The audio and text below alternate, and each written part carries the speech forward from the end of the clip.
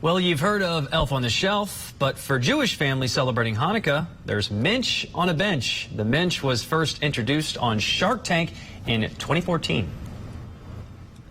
Just because our religion is over 5,000 years old doesn't mean that we can't add some more Funukkah to Hanukkah.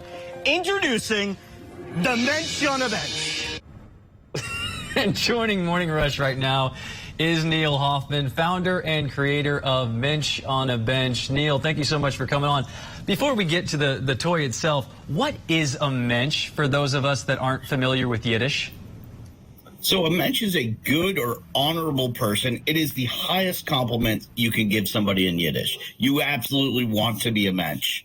Okay, good to know. So since your appearance on Shark Tank, that plush toy has become incredibly popular. What was your inspiration to begin with?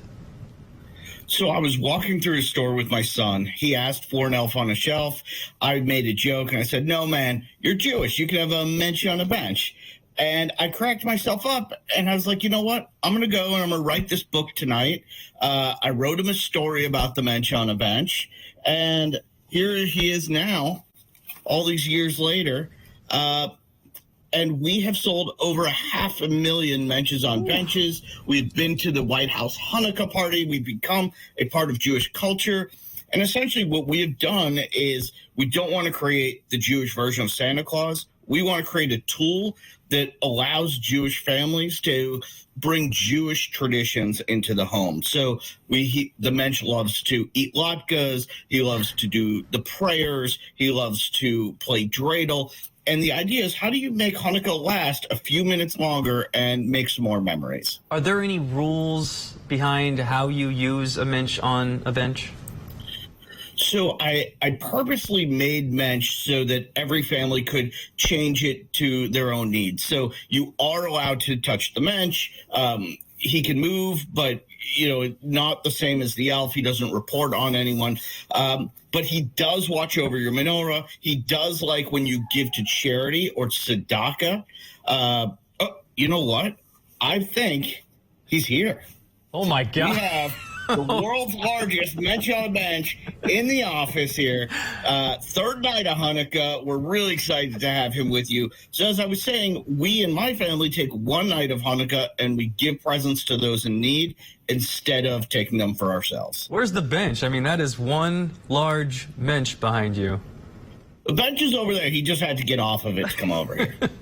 I appreciate the surprise. So what are you hoping to gain out of all this? Is it just like a recognition of Hanukkah and what it means to Jews around the world?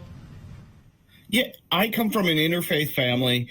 We're trying to raise our sons Jewish, and we needed some more tools in order to promote Judaism. And it's tough to be Jewish during December in America. You feel kind of left out. So we wanted to add some Funukkah to Hanukkah and give people tools with which to celebrate. And you know what? We do have all of these other fun expansions we've had. We have the dreidel dog, and you can see he's got the dreidel.